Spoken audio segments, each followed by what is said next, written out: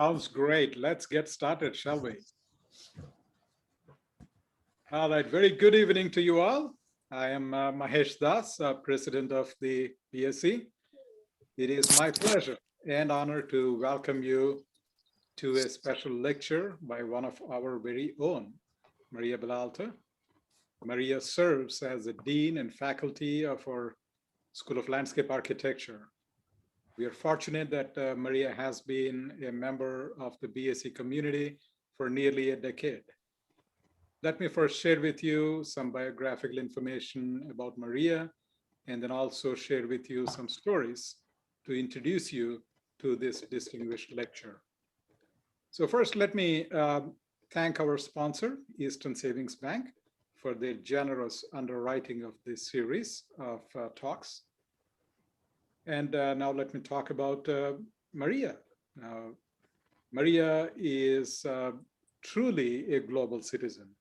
From my interactions and conversations with her over the last 2 years, I know that she draws extensively and continually from her formative global experiences. She was born in London, grew up in Santiago, Chile, and along with her family was forced into exile during Pinochet's dictatorship in Chile. So subsequently, she was educated at the University of Notre Dame in environmental psychology, and then attended Harvard University, where she obtained her master's in landscape architecture. She then went on to work with noted firms of Mata Schwartz Partners, Sasaki Associates, and others. She also founded her own practice, LTX, Urban Landscape Studio. Maria is also a member of the BAC Social Justice Council. Now, let me introduce you to her latest book, Social Urbanism, and today's talk is based on that, which in my view is indeed a tour de force on Latin American urbanism. Through extensive data analyses, textual, graphical analyses, and breathtaking drawings, Maria provides us with many perspectives on the complex and layered landscapes of Latin America.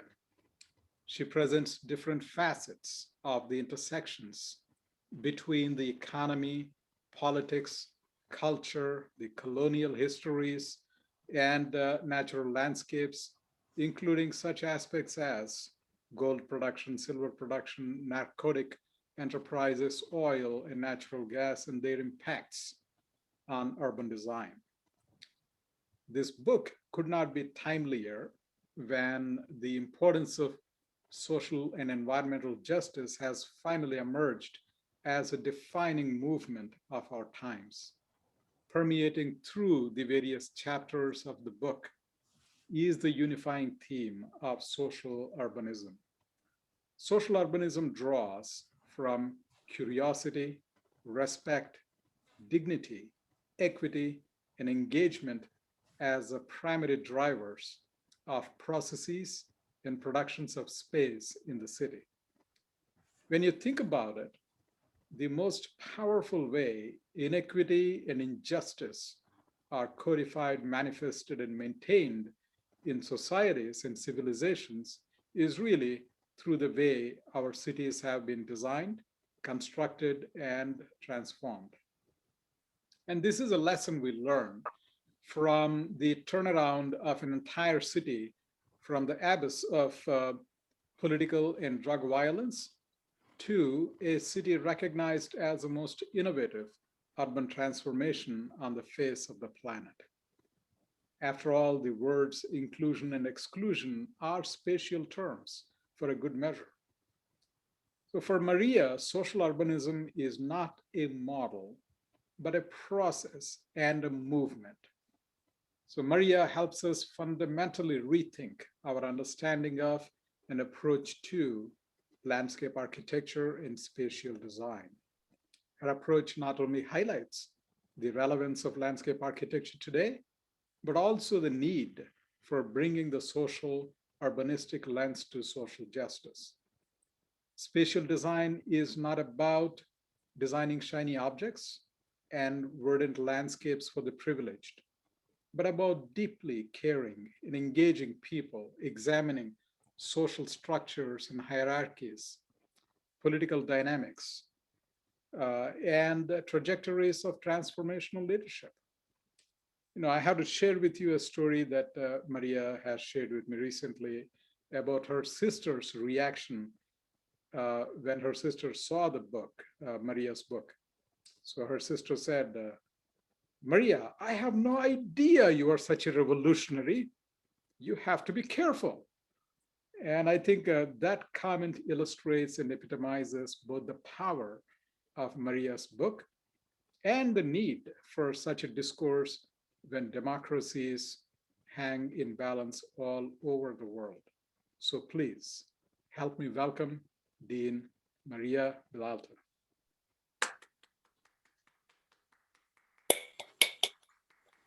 Well, thank you, Mahesh.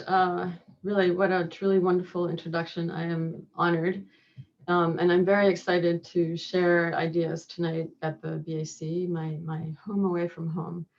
And these ideas of social justice and environmental justice as part of this Just Space lecture. I feel very privileged, so thank you to all of you. And if you could just give me a minute to do my IT here from my home office. So I'm going to mute myself and just bear with me for 1 second as I share the screen.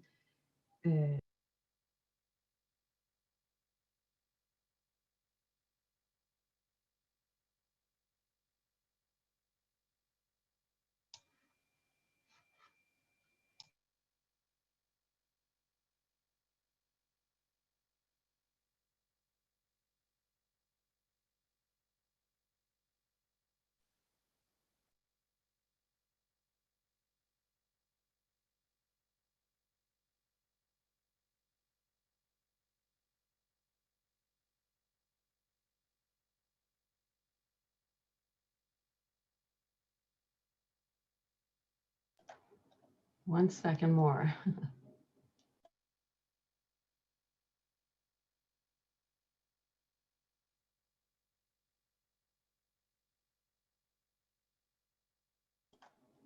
Can everybody see the projection?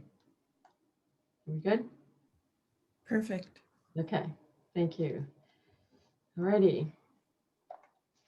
So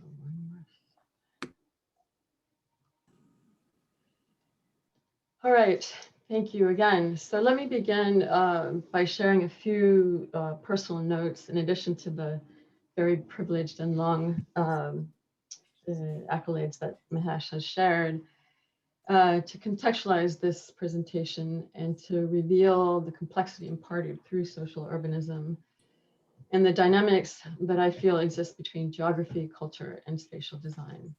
As you heard, I was raised in Santiago, Chile, which I still consider to be my home, a place that has an incredibly robust and unforgettable landscape where I learned firsthand connections between people and the landscape. And as you heard, as the result of the Pinochet-Nixon era and the political coup of the 1970s, we made a fast exit to the United States, which has been an incredible experience and also a separation that lingers today. And through professional practice, I have also had the great fortune of working on many projects abroad in the Middle East, in China, and nationally. And through teaching, I've enjoyed collaborations in Chile, Mexico, Brazil, and Colombia that have inspired the foundations of this study. Through this trajectory, I have asked myself over and over, how can we be most instrumental as designers and teachers of space? And how can we be true agents for the communities we intend to serve? And importantly, how can we better prepare to teach and practice urban design, landscape architecture, and architecture without first comprehending the cultural values of diverse communities that live across the globe and who are situated over a range of landscapes and ecologies that are very often unfamiliar to those of our own. As an urbanist, it seems clear to me that our relationship to the environment shapes us. And operating under this premise allows us to recognize rather than to violate the social cultural nuances derived from unique geographical regions.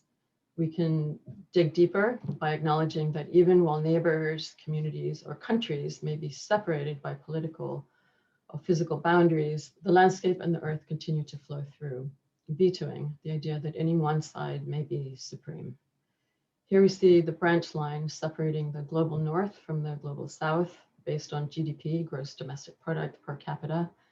The line is drawn primarily at a 30-degree north above the equator, with deviations due north and south, suggesting that all countries south of the line are less developed than those to the north. There is a misconception, however, that the Latin American geographical landscape on the other side of this line, due south, is corrupt and expendable. In fact, these regions have been overlooked as spaces that provide pleasure to us, oppressing their glory and foregoing a much deeper understanding for the ecological and spatial relationships forged in these regions. Through landscape architecture, urban design, and planning, we have the potential to realign these views and move forward as we address the real charges affecting environmental and social equity today. I would like to preface that the work that follows could not have been realized without the collaborations of BAC students who joined me in studios conducted in conjunction with Universidad Pontificia Bolivariana, UPB, School of Architecture and Design. And thank you for being out there, the audience, guys, thank you. Excursions we did both on the ground in Colombia and here in Boston. I am truly grateful for your hard work and curiosity. I would also like to extend a very special thank you to Daniela Correa, BAC alumna and now BAC faculty, and to Erica Rayworth, MLA alumna in 2020, for their research and production assistance, and to all the contributors of this work who offered their sound expertise and opinions on this delicate subject of just space. To put all this in context, let's take a closer look.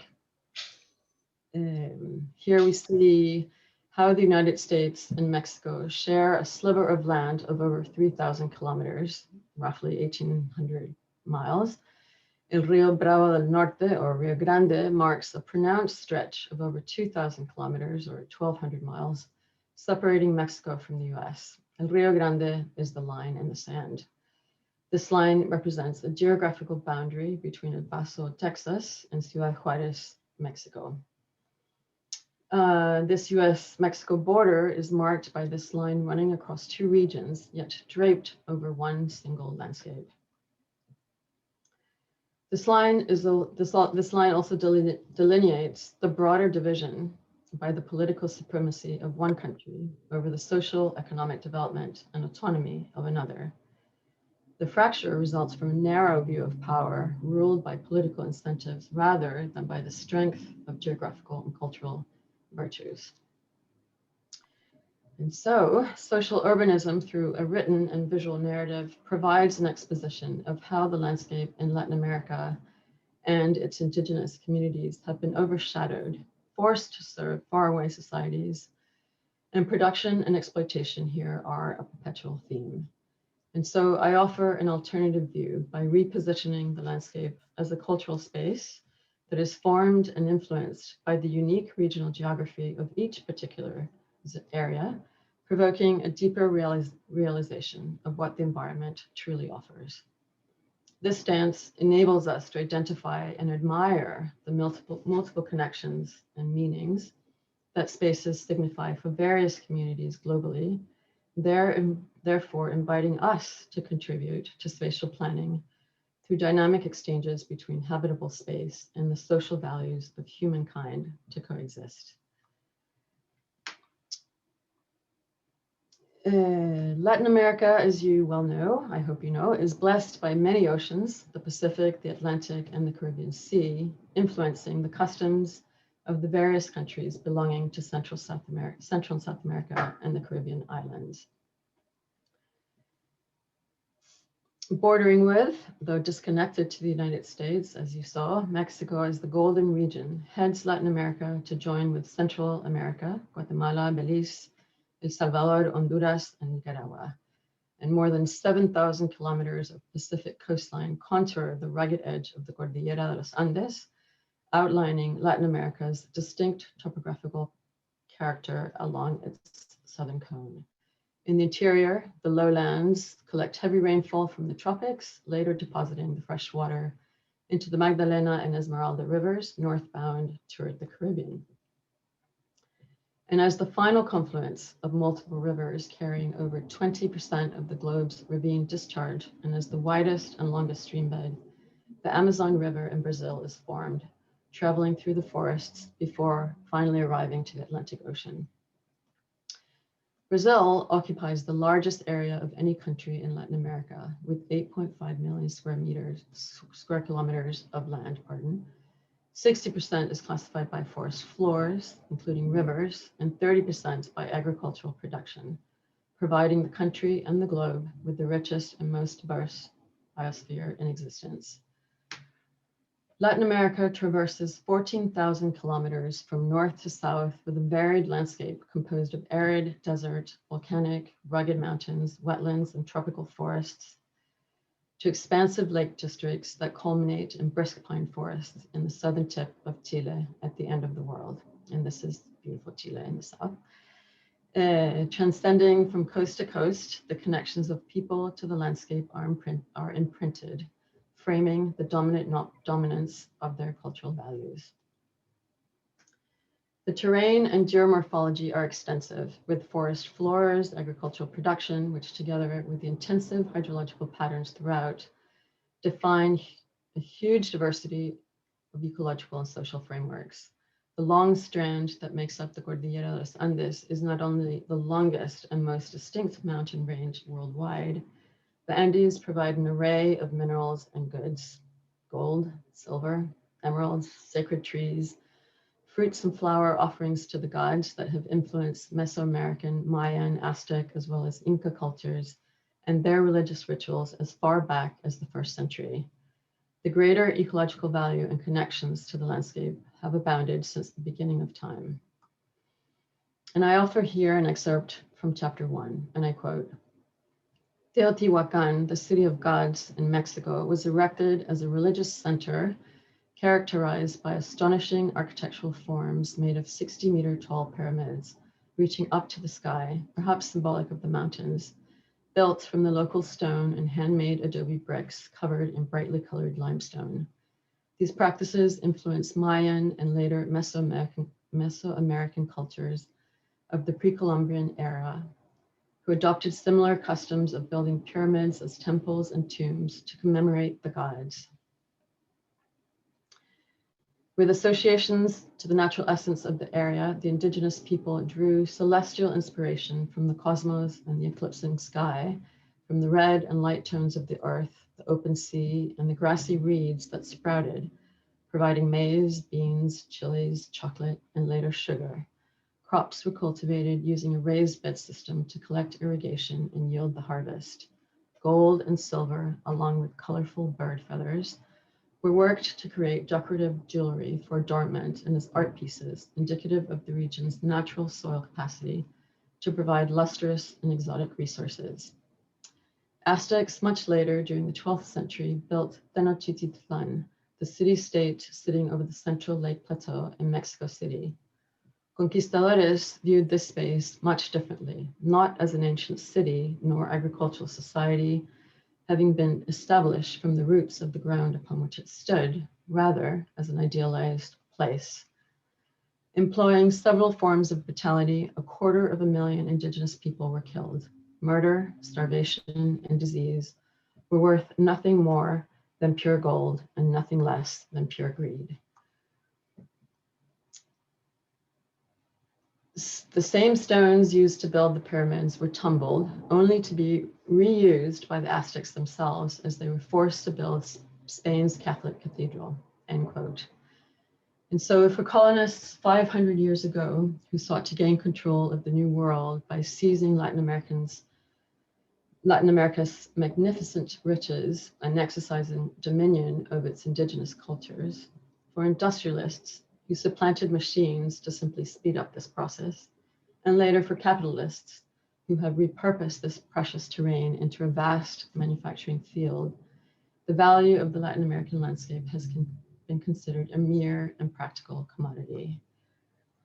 These syndromes have persisted completely. And you can see here the degree of metric tons of gold extraction in Latin America between the years 1950 and 2020, with Peru, Brazil, Mexico, Colombia, and Chile producing between 44 and 145 metric tons annually. Silver has also been extracted in significant quantities, with Mexico, Peru, Chile providing between 1,200 and 5,500 metric tons annually since 1980. The impacts on agriculture with monocultural production over natural systems has also greatly impacted the ecological diversity of the region.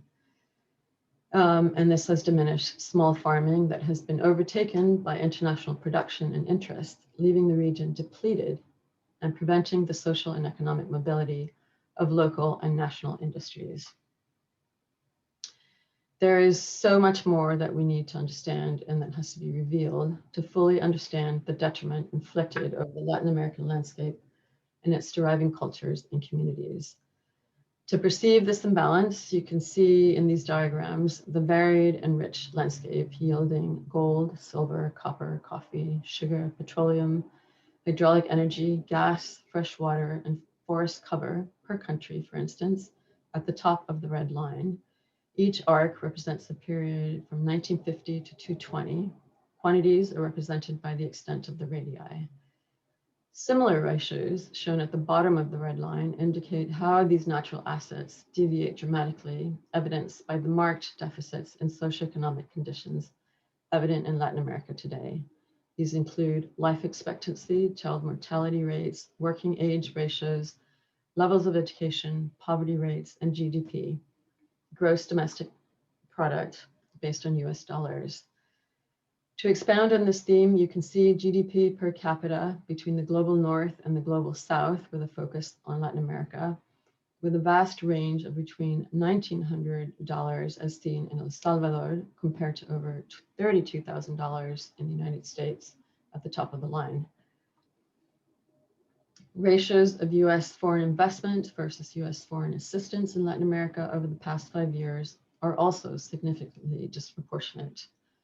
Foreign deficit investment includes manufacturing, retail development, infrastructure, and natural resource extraction, while foreign assistance includes peace initiatives, security, development efforts, and humanitarian relief, as shown in red. And so we must consider how together we can change these equations. How can we empower Latin America through its natural resources to break away from the dependencies and models of urbanization that are not fitting to the sensibilities engendered by the regional landscape? And how can we instead provide agency to provide environmental and social equity and justice? I first traveled to Colombia in 2014 as part of a visiting faculty engagement with the Universidad Pontificia School of Architecture and Design in Medellin. Medellin is the second largest city in Colombia, and UPB has the only Master of Landscape Architecture program in the country. This was truly a transformative experience for me. And as I learned from this brilliant Latin American city, as a unique region that facilitates the contextualization of the inequality syndromes reminiscent throughout Latin America. A year later, I began traveling each summer with BAC students. A few architecture and even interior architecture students also joined in. The intention was to guide and immerse the group on the ground and to take part in the discovery of this magnificent city and tropical cities reemergence. Colombia is blessed with an interior framed by the eminent Andes mountain ranges, which begin to split through Colombia, valleys and streams that pronounce its heavenly temperatures, exceptional terrain, and bountiful biodiversity. And Medellin, as part of the state of Antioquia, is situated in the northern central region of the country, where you see the red dot, in a prime geographical location, nestled in the deep valley, El Valle de Aburrá, between the central and eastern Andes Mountains. Medellin is bisected by the Aburrá or Medellin River running northbound and eventually reaching the Caribbean Sea as an extension to international commerce early on, marking the area's prominence. In the past, indigenous groups, Yamezi, Peque, Ebejito, Norisco, Mari, as well as Aburré, settled here as far back as the 5th century. They were loosely sprinkled over the surrounding slopes, mountaintops, and across the alluvial plains. They sustained themselves independently through agricultural customs, weaving, and gold mining. Their farms were laid throughout the plains and along the fertile borders of the the Quebrada, Ana, and the Santa Elena streambed, and along the Aburrá River, shown here in red at different scales, as part of the Aburrá Valley. So really tucked away in there. Within this context, the first Spanish settlement emerged in 1616 at Poblado de San Lorenzo. This was a village largely composed of the displaced Aburré, whose land had been unjustly stolen on the eastern banks of the valley. The wealthy European families wanted to occupy this prominent area, which was along the gold trade routes, as you can see in the yellow marks. The original Aburré settlement faced west, reverencing the powerful mountains of the Cordillera Occidental, the western strand of the Andes Mountains. The area would later become Ana, today known as Medellin. There were major transformations at play as the indigenous land was taken. Their native diets, for one, as an assortment of vegetables, fruits, and grains, were reduced to corn and beans, which could be cultivated in more abundant quantities, to minimally sustain many more indigenous for forced farming and gold mining labor. And the natural undulating landscape was reconfigured with orthogonal lines extending over the fields and into the forests, devoid of topographical or hydrological conditions. By the mid-1600s, the first public square was laid, followed by the first Catholic church, Nuestra Señora de la Candelaria de Ana, marking the new aristocratic center for the affluent to freely convene. You can see that in the red square. The Aburré people were excluded from enjoying this civic square, partly because the open space in the colonial city became congested over time, yet also to ensure that the wealthy families could occupy the most desirable areas, in essence, marking the ground with symbolic notions of spatial and social segregation. Many more experienced eviction from their agrarian regions in and around the valley to avail the land for commercial farm production, pronouncing a division between classes, and not to mention socioeconomic opportunities. During colonial times, the growth and alignment of the emerging city was eventually redirected north, as you can see the north arrow at the bottom there, compressing rather than embracing the expansive and magnificent landscape that lay beyond the forest emanating from the Western Front. The north orientation instead offered direct connections to the trade routes and to the Caribbean Sea, as mentioned earlier, which eventually brought industrialization to the city. The orthogonal imprint, of course, was handed down from Spanish legislation and marks the beginning of urbanization for many Latin American cities.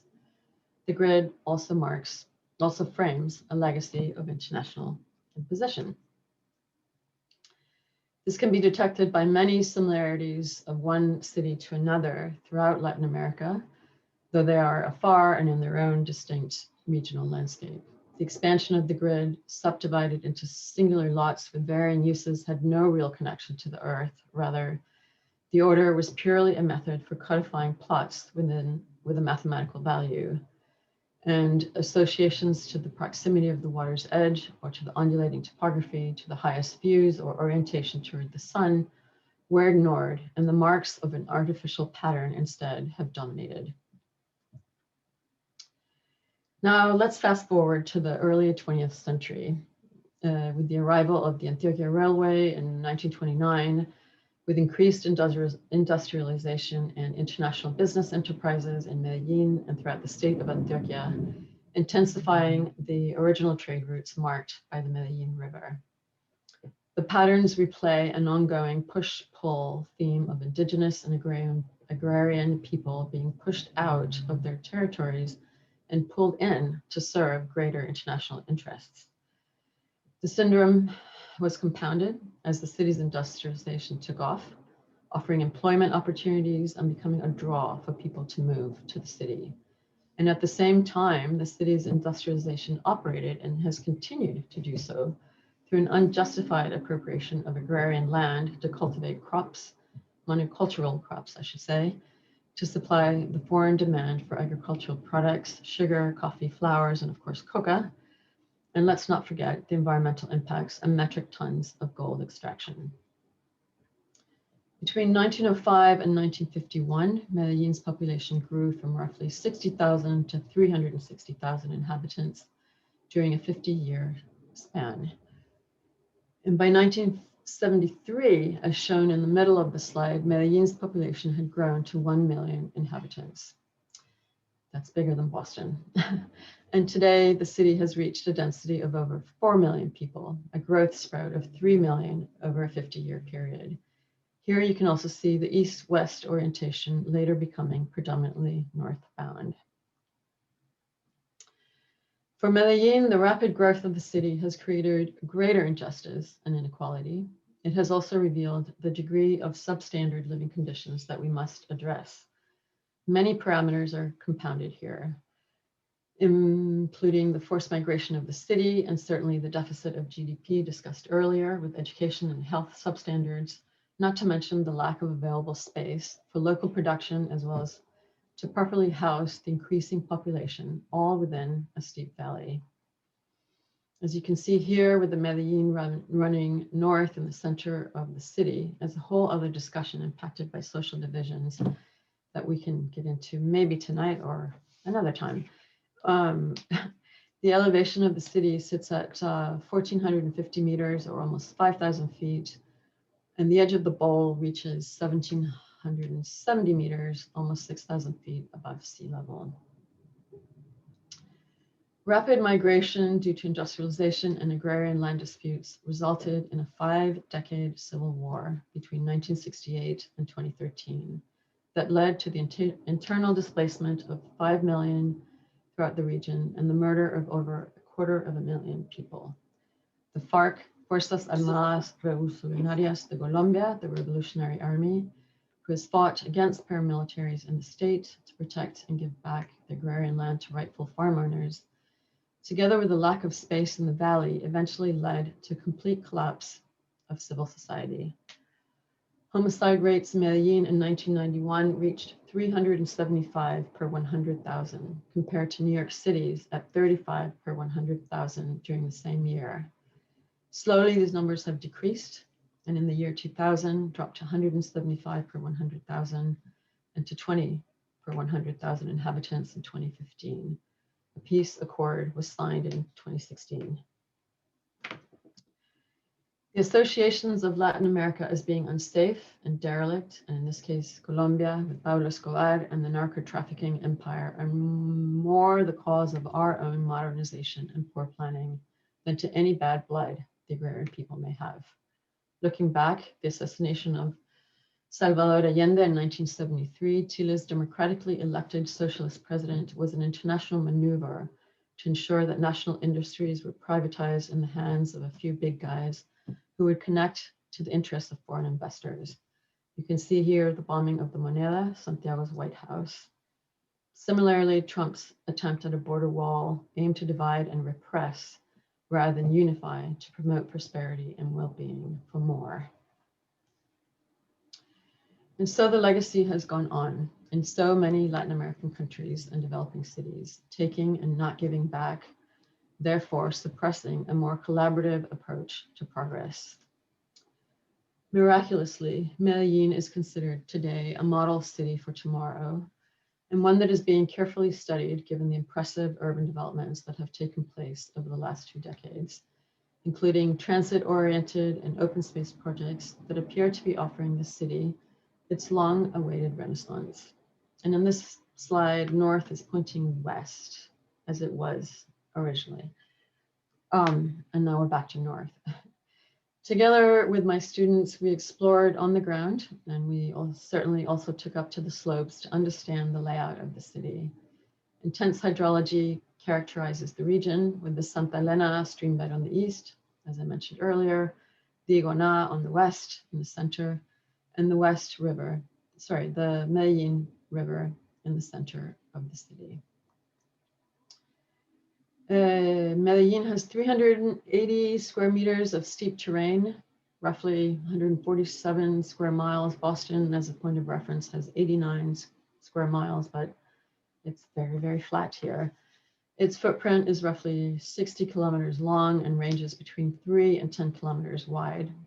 The widest point in the center, about 23 miles long, or between 1 and 4 miles wide.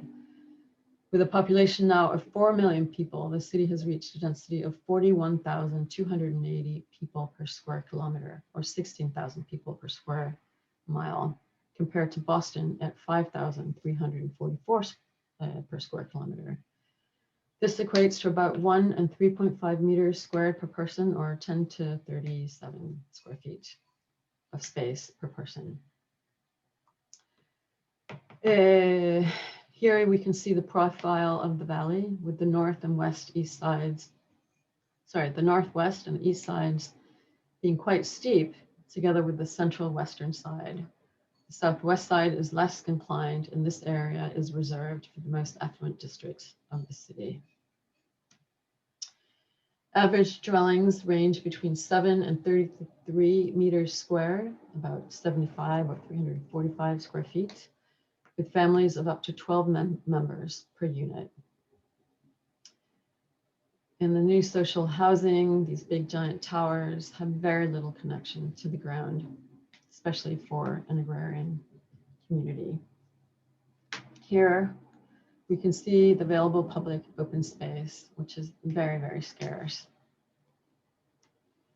Due to this lack of space, 32.5% of Medellin's inhabitants are living in informal areas, typically relegated to the edges of the high slopes, with gradients ranging a 35% angle of repose, where accessibility is challenging and services unattainable.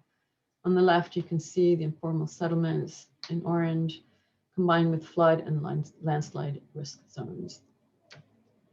And on the right, you can see the many UVA, Unidades de Vida Articulada, and PUI, Proyectos Urbanos Integrales, in close collaboration with EDU, Empresas de Desarrollo Urbano, similar to our public works, as a series of projects that have been inserted and built around the city through a top-down and bottom-up participatory process of community engagement and collaboration.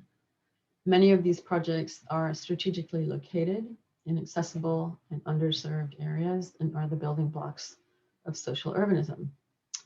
As you can see here, the PUI projects are the red dots on the right side, and UVA projects are the aqua dots, sprinkled in the outskirts and in some central areas that are of a lower stratum, defined by lack of housing, building quality, services, and density. As I mentioned, many of these projects focus on urban upgrading at the peripheral communities, which are now extending beyond the bowl of the valley into ecological conservation areas and risk zones, as seen on the left, and where the slopes are even steeper, with elevations reaching well beyond 2,600 meters in altitude. On the right, you can see the bright yellow indicating saturated levels of housing in the valley. The program considers the existing POT, Medellin's ordering plan or development plan, and includes social and spatial components. That recognizes the importance of citizen participation for rebuilding the city and its community. The project aims to improve accessibility, availability of public areas, housing, and public buildings, including health, education, and recreational facilities, while protecting environmental benefits with new parks and open spaces in remote areas. From the Antioquia Railroad in 1929 on the left to the Medellin Metro today on the right, running south-north in pink, to the metrocables extending up on the eastern and western slopes in orange, and electric trams and hubways and buses, The accessibility of the city is now quite remarkable.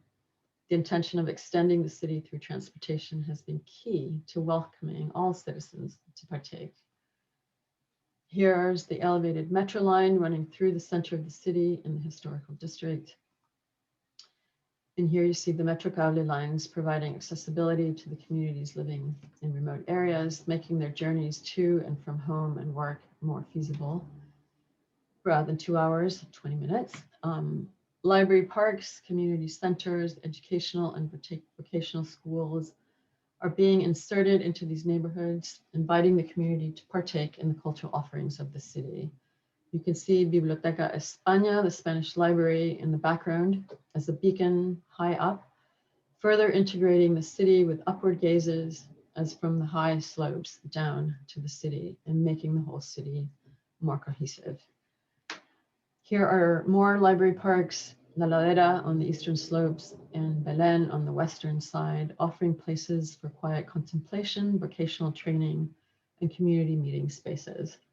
I should mention that many of these cultural buildings are in the former places of jails, police stations, and gang corners, and purposely evoke a different social dynamic, in essence, changing the chip of how people behaved during violent times by transforming their environment.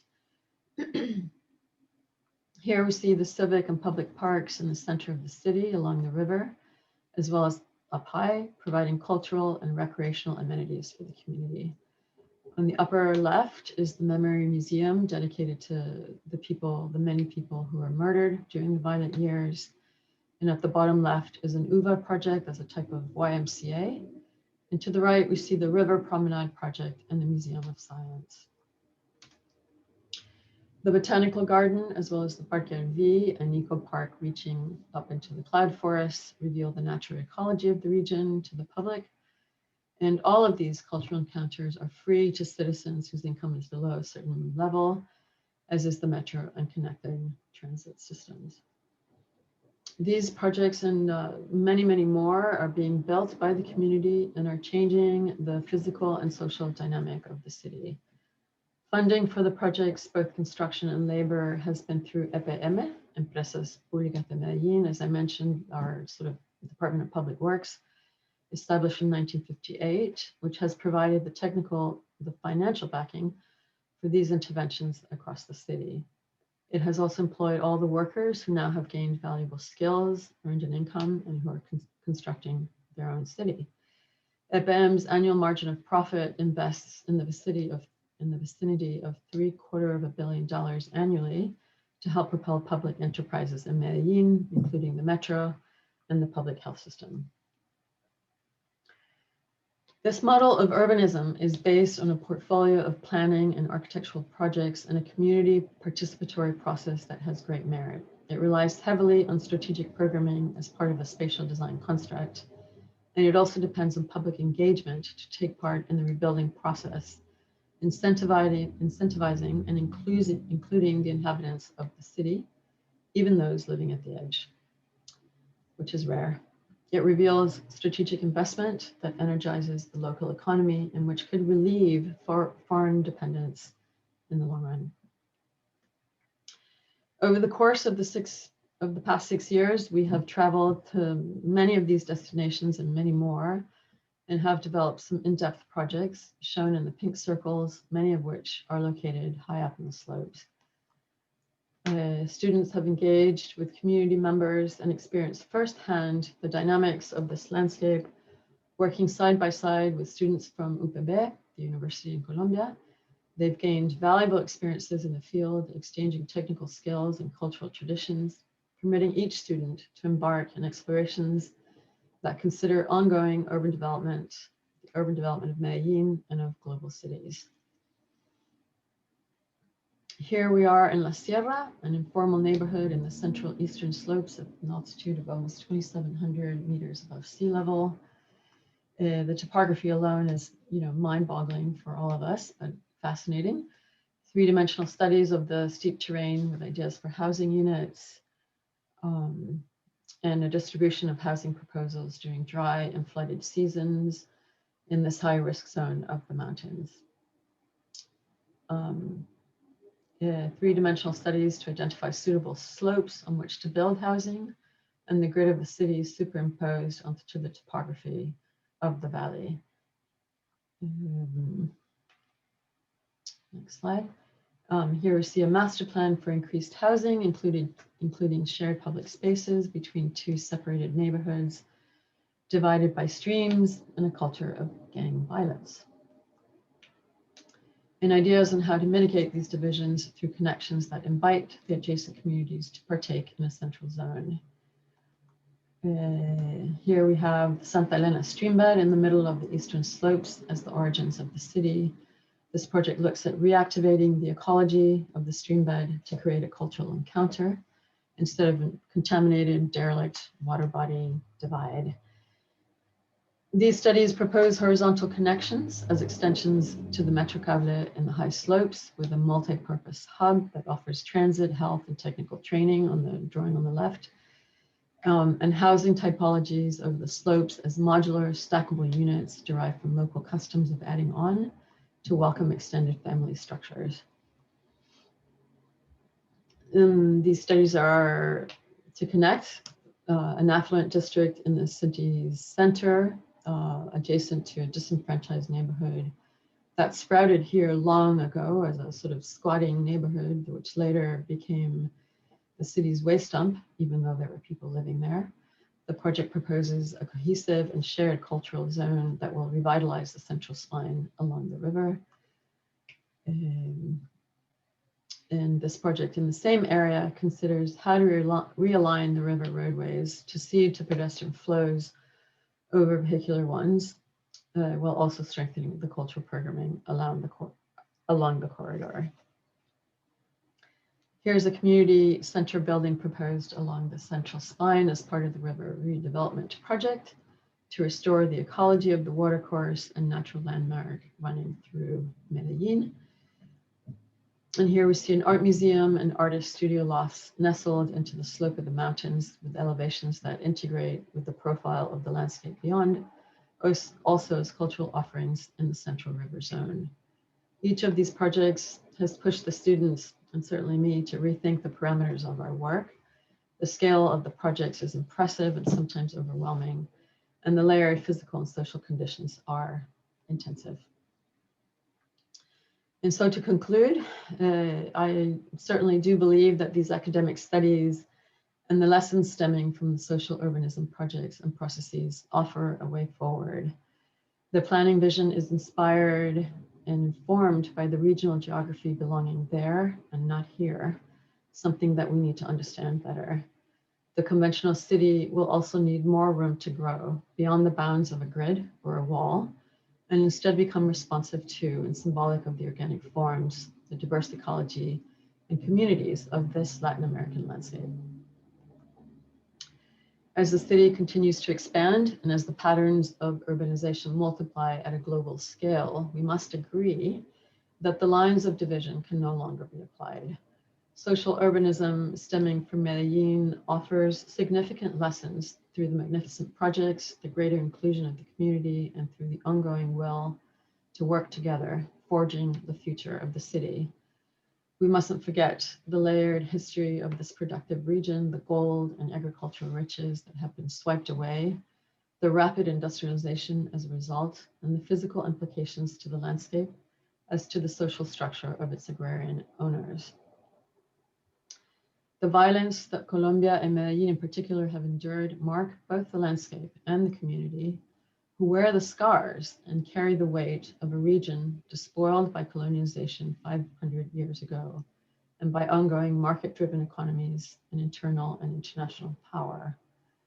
Within this context, the social urbanism model can be transformed into a social urbanism movement, expanded and applied elsewhere, when the connections between the landscape and the people are valued, bonding the two within their unique arena and through their inseparable dynamics as revealed across landscapes. And in this sense, our role as designers is evolving from being the demigods of the past, I would say, into becoming the agents of the landscape for its people. Thank you.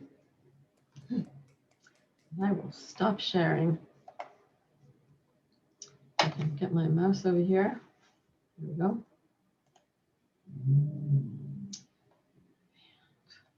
Thank you, Maria. That was fantastic. Thank you. Time for questions. Anyone want to? 10 minutes, Whew, right on time. You did beautifully. Anyone want to ask a question directly or in the chat? I'll start, Karen. Sure, Richard. Maria Bellalta, I love your book. It has become one of my favorites that I own, and I own a lot of books. And it is because it is a book that takes me a place. You do it with words, graphics, and then these double page layouts where you're in a landscape. I just think it's a tour de force. So from here, where it almost feels like you're presenting something that is like a masterpiece on its own, like this book is done, you did the book, great. Is there another layer to do, or is there another landscape for you? What is next? Where are you taking this? Yes, okay, here we We're go. just taking a breath.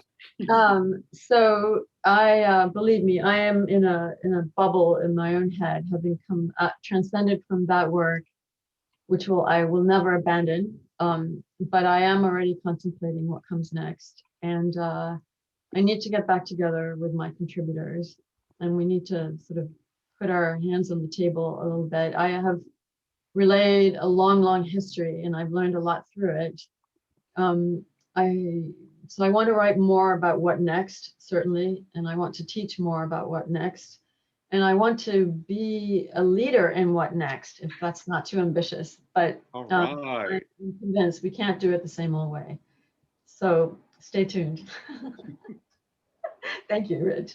Thank you. Hi, Maria. This is me, Ines. I'm from Argentina, and I'm actually living in Mexico, and I used to live in Brazil, so I can totally relate all the things that you were talking.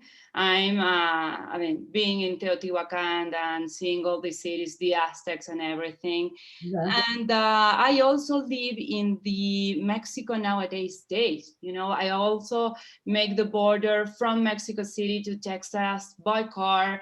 And it's fascinating how the world changes in meters. What happened? So we had this colonization. We have these pyramids that are a piece of art, a piece of architect. When you study Teotihuacan, you see that the people were Democrats, and they have this kind of jeques and whatever. And what happened in those years? Why we can have now? Because here in America, in Latin America, I can speak for that, there's no urbanism. I mean, urbanism is theoretical. It comes with the government that comes now. It's all in papers. And when the government changes, they are going to be in a drawer for next time. It's a very good excuse to steal money from us, the people. So do you think it's a lack of institutions? What do you think? What happens? Why we see in other countries, like even in China, they can organize, they can do projects that are beyond the government in charge. What can we do? What happened between Teotihuacan and nowadays? So thank you for that question. And it's a very delicate question because I don't want to bruise my colleagues in Latin America, nor anyone here, but I think we are in a pivotal moment where for too long, I think the imposition has also dictated a vision which looks to the north as the emblematic thing that they aspire to. But we know well that that is very problematic for all the reasons that I just mentioned. It doesn't allow an economy that belongs, nor cultural codes that could persist or evolve again. Instead, we're domesticating Latin America with American ideals. And so there's a loss of an authenticity. And I do think that this type of model is beginning to revive it, but there is a danger because the sort of city branding aspect of even the projects that come in or that are desired are a nod to the north. So there's that. I want Disneyland. Okay. but I think it's coming around. There's a lot of people in Latin America who are like me, a little like, it's enough for this. We need to change, I said, change the chip. We need to change the model. So that's what we all need to be pushing from the bottom up, and yeah, not accepting. No, it's sad. It's sad because we are architects, we are designers, and we are grown-out people now. Maybe when I was 20, I didn't see that things, you know, but I'm 45 now, so it comes to my guts. So I get angry because I pay my tax. So why this is not happening? But I think I will say also, you know, we know that there is an array of really brilliant architects in Latin America who produce buildings that are more organic or derived from materials that are local, and the sun comes in because they have been oriented that way, that are much more exciting than some of the blocks we see here. So there may be an inverted lesson, and that could strengthen what you're talking about too. Oh, thank you for your work and for the presentation. It was awesome. Thank you. Thank you very much. There's a question from the chat, Maria. Yeah. How do you reverse the toxic devaluation of people, resources, and land? Yeah. So from what I have seen, really the invitation, the deliberate invitation to the community to participate in what is happening and in the reconstruction of the horrible years, I find to be essential. We can do it for them, but they won't own it. Or we can get in there and do it with them, which is a different equation. And so empowering the inhabitants and not saying, you know, this is all wrong, it's a little bit untidy, and so we're going to implant our system again. It's not going to work. It's going to be more of the same.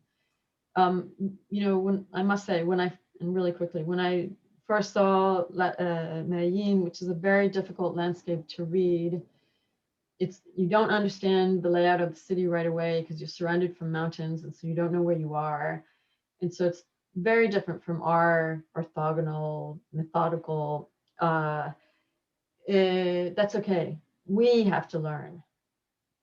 We have to give way to their systems. So I think that's how we break out of the mold. Thank you. Rashmi also put something in the chat. Can you share a story or a lesson where the process drew upon the strengths and creativity of the community?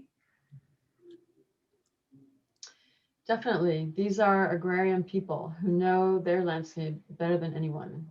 And, you know, we can get in there with all kinds of engineering and technology, but they understand the course of the water. I'm going to use it through the water the best. They know how forceful it comes when after it rains, how big the gouge will be, the composition of the soil, all of it. They know what to do. Unfortunately, because of the lack of space, some of that knowledge is being violated by just sheer need for housing. And I will say, and this is a radical thing to say, but the housing explosion is the next dilemma. It's a very dire dilemma, because these models of building blocks, huge towers, are sort of the residue of the 1950s. We know it doesn't work very well. We know it's not very humanitarian.